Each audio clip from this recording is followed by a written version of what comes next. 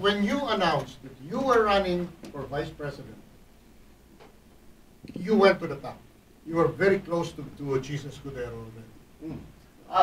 Well, what was Why was happening? it necessary to come up with this story? Are you responsible for you looking like you are courting Duterte?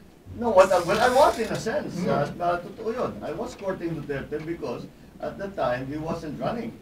And I was seeking his endorsement because kahit papano, maraming dalang boto si Mayor Duterte. So, sabi ko, sana, I was hoping that for my vice presidential candidacy, that he would endorse me and hopefully that would bring me extra votes. But then, that was on the basis of him not running. And we were all surprised, pare-pareho naman tayo siguro nagulat on that Monday, about a week and a half ago, when he announced that he was in fact running. So everything changed, and that he had chosen Alan as his vice president. No, he did not choose Alan because in the news, in all TV stations, the news was that he had chosen Alan for Taguig. But for Ilocos, he had chosen you. What was that all about? I don't know. I saw that myself. Hindi ko rin. Meron ba gano'n? Meron. Vice President for Luzon, Vice President for...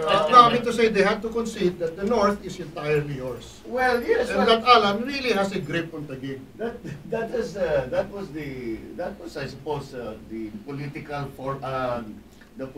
calculus there. But again, that was my going to him. In fact, it's not just once. Every time I go to Davao, I go and see the mayor simply because we've been friends for a very long time, and I always go and see him when I go to Davao, and we either have a meal or have a chat or have some coffee. In any case, so that this and in those times I was going. I asked him at the very, very beginning, nung kanyang, the speculation when he was starting to go around talking about federalism. Tinanong ko talaga, ano ba talaga? Tatakbo ka ba o hindi? And he said, no. From the very start, he said, no. And so he said, I can only take his word. I cannot speculate. I cannot, try and look into the future and see what in fact will happen. So on the basis of that, sabi ko, sige, tulungan mo naman ako. Kasi malakas ka dito sa Mindanao, malakas ka sa Cebuano speaking areas, sana makuha ko endorsement mo. So yeah, sabi niya, he will help, etc., etc. But that was again on the basis that he was not running. Kaya, nung nag-announce siya, bago lahat. Everything changed. I just want to ask you, how is Miriam doing? She seems fine. The last time she came to the Senate, she sponsored the EDCA resolution, the resolution that stated the strong sense of the Senate that the EDCA is in fact a treaty and should be ratified by the Senate. And she made her arguments, and she had a discussion with... Is she campaigning with you actively? Not with me as of now, because we decided that we would do that probably later on. At the moment, I think she's doing the college circuit, doing the college tour. She's very strong there. And yes, she's very strong there. And she says she will work very hard on social media, where she's also very strong. Pati yun, Senator Bong, doon lang medyo nalilito ng konti yung mga kababayan natin. No? Ano ba talaga yung status ng tandem nyo ni Senator Miriam? Because ano ba yun, loose coalition, that's why you are trying to team up with Mayor Duterte? Hindi, yun na nga. That's what exactly, by her own definition, it is a loose coalition. I think that is more a product of the way politics has evolved. Kaya kasi ibang-iba itong eleksyon na ito eh. Oo nga eh. Yung party machinery parang nabawasan ng gusto. At lalo na when I go out to the different localities, pag kinakausap ko yung mga local officials, kani-kanila talaga, everyone has walang sumusunod ng isang buong linya. Very, very rare na makakita ka na halimbawa isang bayan sasabihin, ay kaming lahat mula mayor hanggang sa konsehal, ay kaming lahat whatever, itong partido, ito yung presidente namin, ito yung vice. Lahat namimili, pati senador, ganun, patawid-tawid sa iba't ibang partido. So, that's what we're trying to, that's the context in which we're trying to put together some kind of campaign. So, we have to, that nakakabago nga ito. In fact, if you look at the senatorial candidates, there is no senatorial lineup that is exclusive to any party. Right. Ibig sabihin, lahat ng partido may senatorial candidate na nanggaling Diba? sa ibang partido. Either inadapt o Inaampon. inaampon. Oh, yun ang guest candidate or whatever you want to call it. So it's a Parang- funny Parang kind of mga, election. yung mga senatorial candidates, parang mga GMO. Bakit? No, walang reservation yan. First come, first serve. Available to anyone. On call. Ikaw talaga. I just want to say, there's nothing wrong with that. Ah. Because the Pag KTV naglabawi ka, is oh. the third branch of government. I Yun know. lang sila. So content, are you telling me na doon sa mga GRO, may zona libre din? No, but seriously, Bong, when you ran, the election became not the 2016 election only, but the 2022. I think you're the only, in fact, I know you're the only vice presidential candidate that has put on issue who will be president in 2022. Really? Because all the others look like, okay, mananalo, so big Yeah. deal. Well, I'm not. Maybe that the moment will come, hindi ba? Hindi, ang ano ngayon is sa tamang panahon. Sa kasalukuyan ngayon. Yeah. So we'll see what happens, but that's a long way off. That's true, it's a long way off, but the way people see it is, when the 2016 election results in a failure again of leadership, do we have something to look forward to or not in 2022? That's really how they look at it. Well, maybe, but I'm focusing all my energies and efforts on the 2016 election. You know, any national election requires your complete attention, and we cannot allow ourselves to be distracted. Iniisip mo what will happen in 12 years from now. So, No, but anyway, it's, I'm not asking you to concentrate on 2022, but that's how people see it. Well, As the fail-safe mechanism. I have to say, That after 6 years are wasted again, we have a chance. At least may ayusin si Senator Bongbong after 6 years. it's flattering. I have to admit, it's flattering, and I thank everyone for such support. But again, talagang marami pang gagawin. There's a lot to do for the next election. So we'll concentrate on that for now.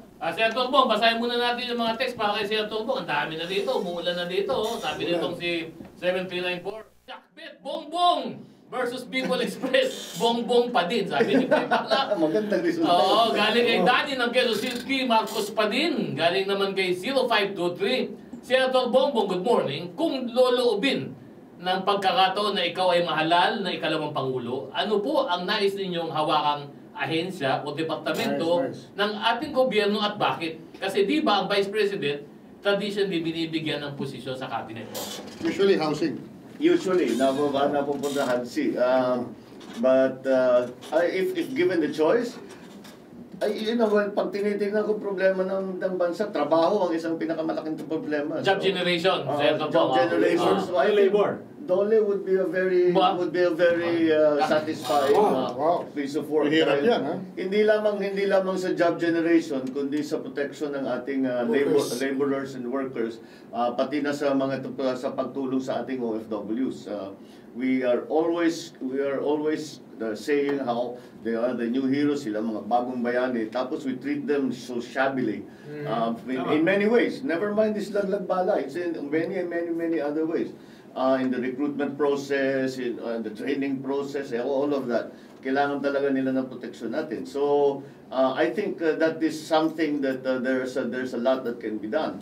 We have to, I think, rethink the role of DOLE and remind ourselves that 90% of employees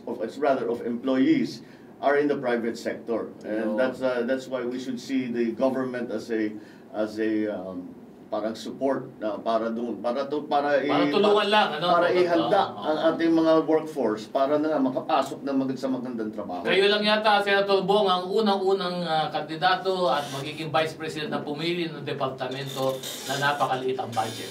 Yun, isa pa yun. Hindi siguro paglalaban natin ang budget. Maraming gagawin ng DOLE. We're talking about the labor force here. Kung hindi naman Dole, you know, of course, tayo lahat, we go to this agony every day, traveling around the Metro Manila, and we see that there are problems with our airports, with our ports, and I don't really think that the problems are that impossible to solve. And I do not understand why we haven't done much more. So the OTC might also be a good... Given the fact that you want labor, the portfolio of labor, what do you think of the issue, or what is your stand on the issue of contractualization? That precisely is one of the main issues, because despite the law is very clear that this is not allowed, there have been many cases brought to court, and labor and the courts have always ruled in favor of labor against management. But unfortunately, DOLE does not provide, still continues to allow this to happen. And it is contrary to law, and it is very much against the interest of our workers. So dapat yan ang unang baguhin natin, and we talk to our the latest version of it is that they have outsourced their human resources department, so that they are so that the big employers say we are not their actual employers. The employers are those outsourced HR. Contractualization na. Contractualization. Sinasabi, hindi namin empleyado yan. Empleyado yan ng isang kumpanya kung sino nag-hire sa amin. Mayroong isang taipan, which is also not allowed. Mr. Senator and Vice President, mayroong isang taipan na nagsabi na kapag pinakailaman ng gobyerno yung sistema ng mga contractualization sa mga mall, at isa sila sa pinakabiggest employers sa Pilipinas, sasaraduhan niya raw lahat ito. Anong tingin mo rito? Well, we have to protect our people. You know, the government does not work for any single corporation. The government works for the interests of the entire populace, and it is enshrined in law that these protections should be provided to our employees. I cannot see how this is beneficial, not only to the economy. How can it be beneficial to the economy? It certainly is not beneficial to our workers, and that is again, it is something that is contrary to law, and yet our DOLE is continuing to allow to happen. This is something that that cannot continue.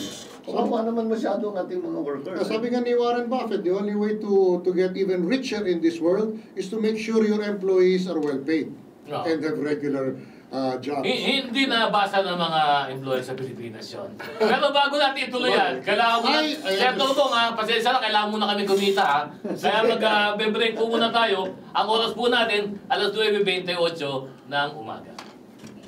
Morning! Luzon, Visayas, Mindanao!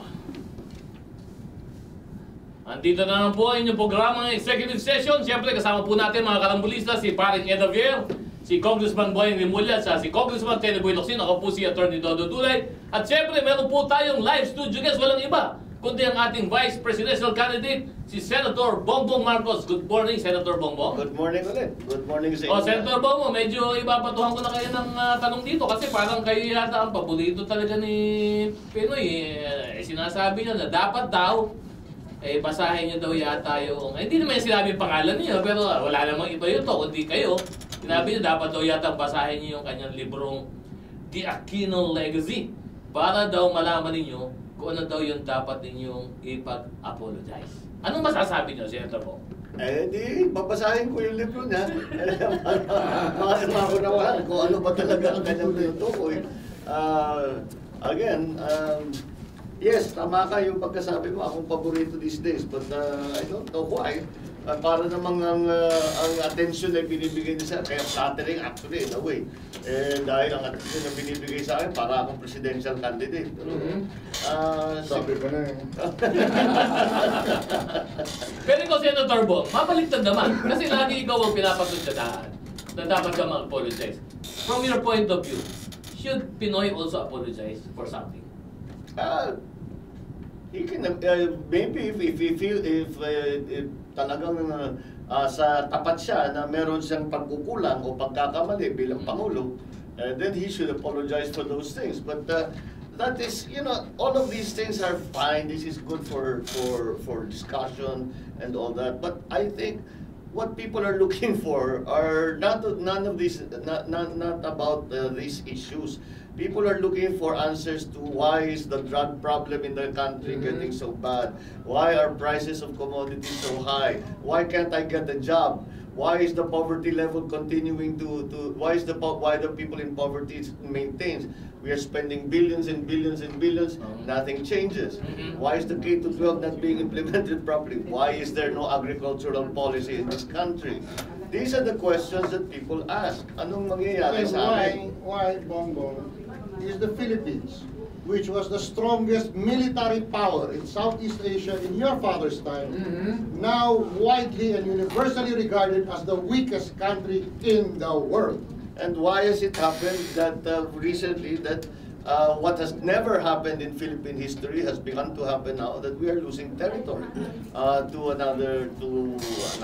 another country? This never happened before, but this is happening now. Can we be enlightened as to what is it? On that issue, in this fight over the South China Sea, where the United States is only interested in freedom of navigation and we have no navigation whatsoever, how would you approach that problem? Should we take the side of the United States against China, or should we steer another course? Do you believe in bilateral talks, or at least what I think is useless, going to the Dutch?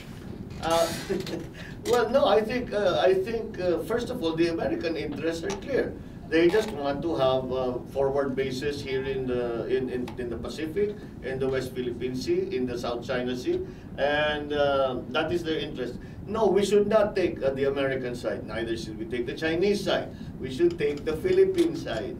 This is a very delicate, as most geopolitical problems are, this is a very delicate situation where there are very widely varying interests and agendas at hand. Kaya kailangan natin laging maalala, ano yung pinakamaganda para sa Pilipinas? Ngayon, naiipit tayo sa gitna ng dalawang dambuhalang militar. Yun na lang ang pag-usapan natin, yung mga militar. Isang medyo manginig lang yung isa dyan, madudurog na tayo eh. Kaya kailangan maingat tayo at isipin natin, anong maaari natin gawin para hindi naman tayo masaktan. And that's why I think we look at the example of Indonesia. They have the same conflicts with China that we have, but they are slowly working them through. And malapit na, they will come to some kind of bilateral agreement. The conflict is between the Chinese and the Philippines, and China and the Philippines. This will not be resolved unless China and the Philippines come to an agreement. We cannot come to an agreement if we are not talking to them. Paano naman basta what about the approach now, which is to talk to the Chinese through the Hague Court? But the Chinese are not present. We are arguing against no one. We are there in court arguing against no one. We are stating our case. I think in that regard, it's important. We state our case. We say, why are we, ba't tayo nagagalit, ba't ayaw natin yung nangyayari? Sabihin natin kung mga dahilan natin. And that's not a bad forum to do it. But if you will not come to any resolution, kung yung kabilang party is hindi kasama doon sa usapan. So China will continue to do what it wants. But you see, maybe it has done some good. You know why? What people haven't noticed is for the first time in this entire episode between China and the Philippines, ngayon lang natin narinig ang Chinese ambassador na nagsabi, we are open to bilateral talks on the basis of international law. Now, before, sinasabi lang na 9-dash line lang, that's it. Tayong nagsasabi, no. Dapat yung usapan dyan ay pinagbabasehan na yung UNCLOS, which is the UN Chartered Law of the Sea. So, for the first time, the Chinese have agreed to hold bilateral talks on the basis of our conditions, and that is under the basis of the international law.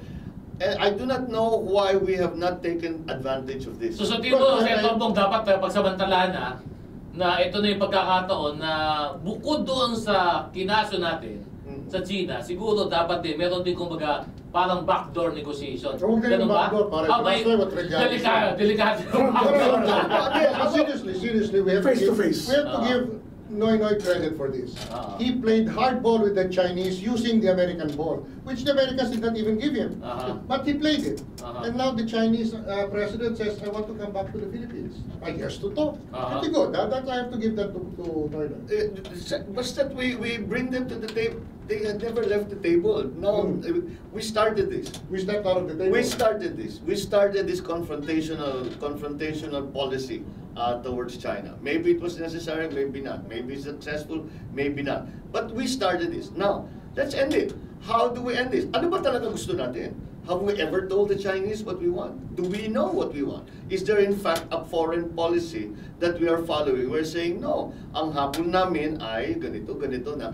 Umpisa natin simple lang. Mga fishermen. Since time immemorial, Chinese and Filipino fishermen would meet up in the middle of the sea. They would have a meal together. They would drink together, and then they'd go off and fish together. And there was never a problem until now. So let's start with that. But wait, it happened in the Senate. The biggest threat to Philippine fishery came from the law proposed by the Philippine Senate to give the authority over fishing to the local officials, who are now shaking down fishermen. Who is the bigger threat, China or our local government officials on the coast? Well, although it is an attendant issue, I think on the foreign policy front, I really think that you have to deal with China because kawawa naman yung ating mga mangingisda. Pabayaan naman natin sila na makapaghanap buhay man lang.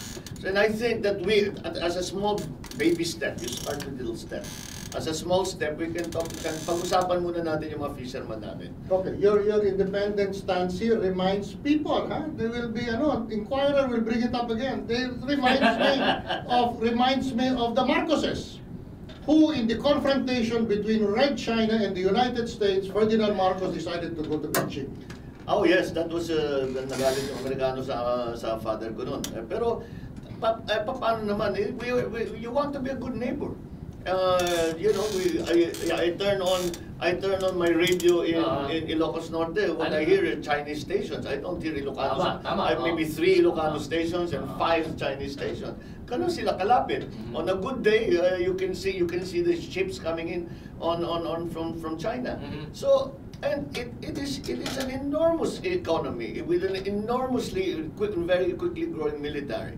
So why will you confront them on that basis? But the best thing that we could do is to settle this problem in the South China Sea, and find some ways to engage the Chinese that are not about the West Philippine Sea, South China Sea, but it's about trade, about exchanges, about intergovernmental relations, about private sector relations. And that's why when I say I'm for bilateral talks with the Chinese, but I'm also for every other possible contact with the Chinese. When I remember the first contact we made with the Chinese was highly informal.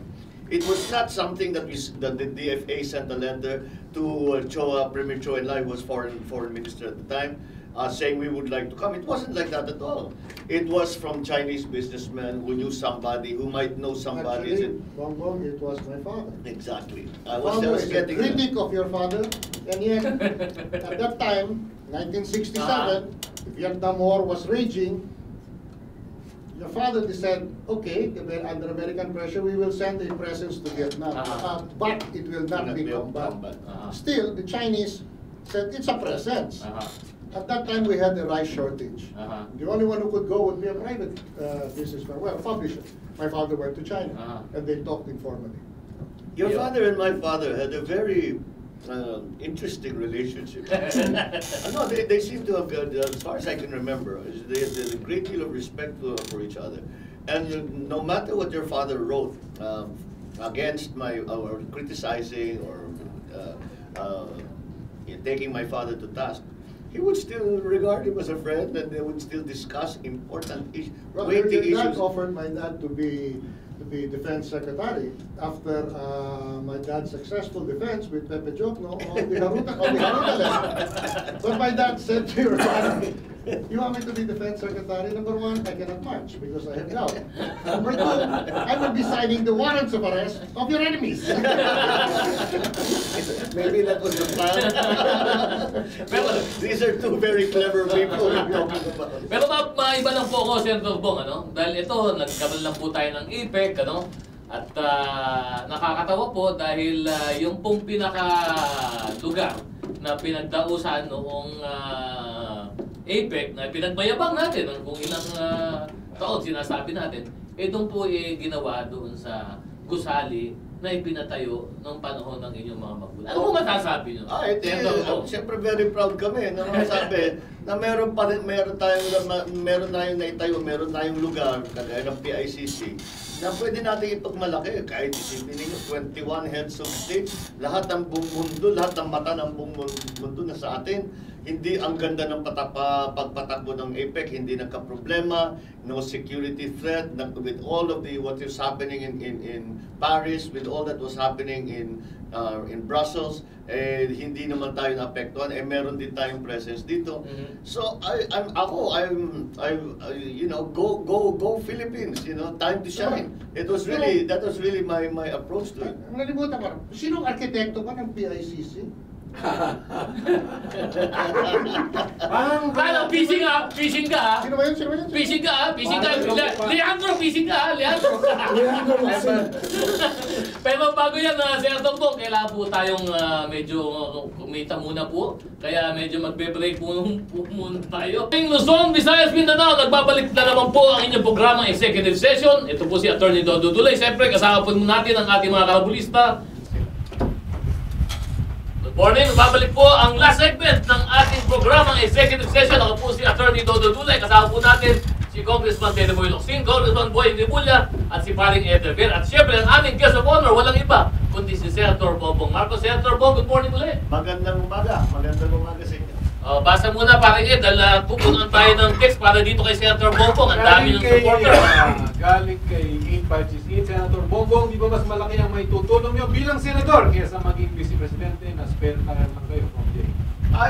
Hindi na totoo yung spare tire. Siguro noon, kasi nung binoboto yung inaalala yung presidente at vice presidente na sabay, ang tanging trabaho lamang ng isang vice presidente maganda kung sakali man magkasakit o mamatay yung Pangulo.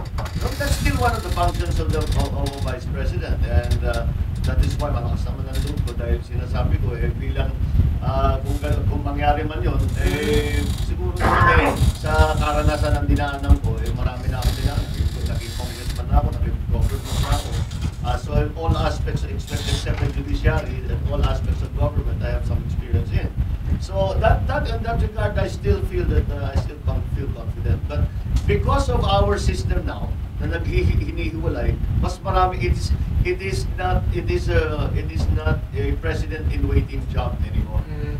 Maraming magagawa, especially kung magkasundo ang Pangulo at saka yung Vice Presidente, ay marami talagang magagawa. And my intention is no matter who is elected president, and should I be elected vice president, I will be supportive of the president. Dahil ang gusto naman natin dito, hindi para maging magpasikat o maging to take credit for whatever it is. Ang habol naman natin dito para pagandahin ang Pilipinas, para maging mas maganda yung kapakanan ng ating mga Considering that we are now considered the weakest military country on the planet, and that national defense is an important priority, would you consider the portfolio of Secretary of National Defense? I would consider to serve in any position, but I don't think anyone else would put me in the Secretary of National Defense. Unless he has self-confidence, di ba? To me, I would. Galing kay I served my time in the military, so again, even in that aspect, ano pa naman ako. ito naman, Senator Bong, galing sa Cotabato, Timothy Camilo. Oo, tagwita na, oo. Lista, pakisabi kay Senator Bongbong Marcos, may loyalista pa rin sila at solid pa rin kami rito sa Cotabato City. Wow. Marcos pa rin. Maraming salamat sa inyong suporta. Tayo magkikita at pupuntahan ko kayo lahat at mag-usap tayo pagkadating ng panahon. Ito pa isa, ang BBL ay anti-Muslim, labag sa saligang batas, pagtataksil at pagsuko sa pananakop ng Malaysia at MIL sa Mindanao, kaya dapat ibasura yan. Galing kay Ali of Southeastern Bongo, Mindanao. how do you reconcile the BBL position to put all Muslims under Sharia law with the Bill of Rights of our Constitution that guarantees basic rights to all Filipinos regardless of religion? Well, I think the Sharia law is not it's on personal crimes lang.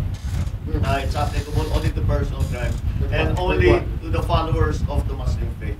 Yes, but supposing I'm a Muslim, but I don't want to be stoned just because I dated someone. No, but that would be in violation of our national laws. No. So as long as kaya nga it is only applicable to private crimes or private conflicts.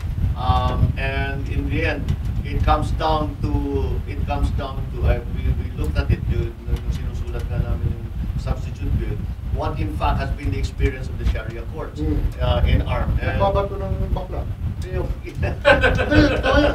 Kung hindi nagbabato ng bakla, kinahagi sa rooftop. Ganun! Oo. Sabi ko, awa naman yung mga awa naman pero yung mga hindi labag sa batas natin yun. Oo. Kaya tayo Hindi pwede yun. papayag. Hindi yun So pwede. our law will always be Always, superior. the national, and it is one of the very important issues that we have to make very, very clear in the basic law. Na kahit anong batas ang ipasa, na o ordinansa, whatever you want to call it, ng Bangsamoro Parliament, hindi maaaring maging labag sa national law o sa constitution. So that is something that we had to clarify.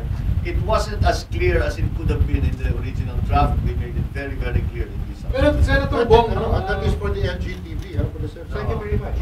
We LGTB. I'm sorry.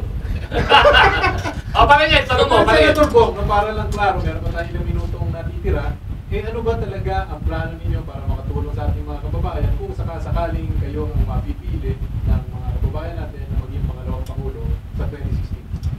I think yung tinatawag yung mga is often this low-lying fruit na madaling ayusin. Pagandahin lang natin ang patago. Hindi natin kailangan magtago ng bagong polisiya, hindi natin kailangan pumasa ng bagong batas. Pagandahin lang natin ang serbisyo ng gobyerno, ang patakbo ng gobyerno. Let us make government more efficient. Let us make government more responsive. Let us make government more sensitive to the people's needs. At hindi naman, halimbawa, yung mga nangyayari, sinasabi natin, bakit nangyayari ito? Hindi dapat mangyari ito sa gobyerno. Let's go back to what I mentioned earlier, yung laglag bala.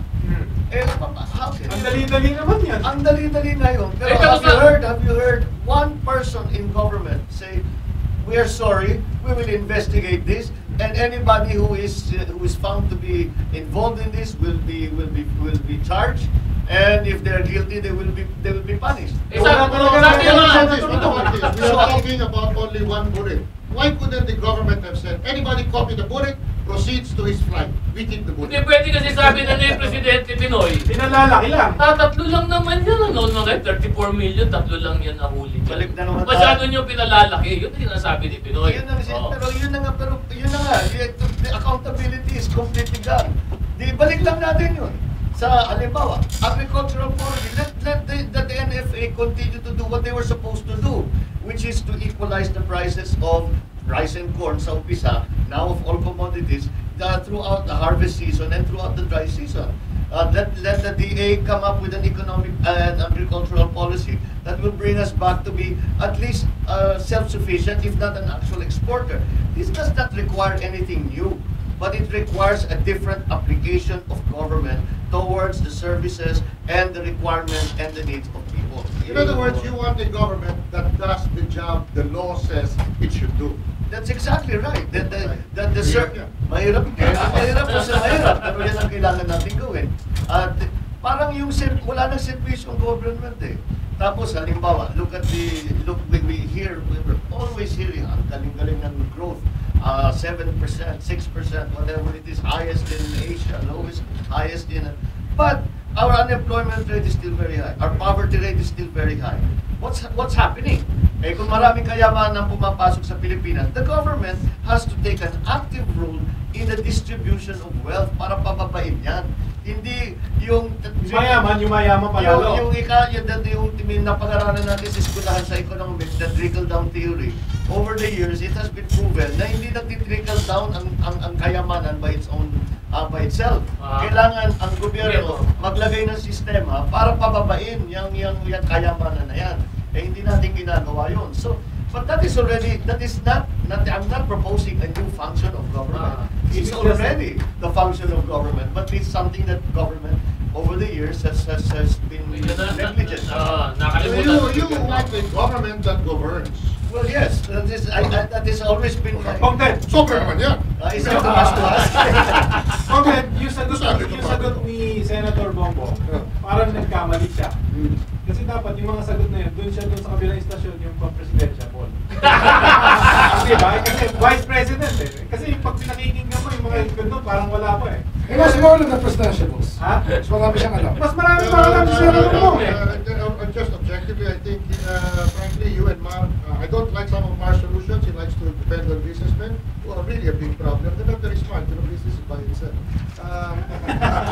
But frankly, between Mar and you, I think you dominate the intellectual landscape. Well, thank you very much. I'm not trying to dominate anything. I'm just trying to find solutions to the problems that people tell me about. That yung hinaharap nilang araw-araw. So, Doon po sa mga nakikinig sa amin, kung makikita lang po niyo yung pila ng mga gusto magpalitrato dito sa tabi ni Senator Bongbong, magpanahon nito ng Ross Boulevard niya.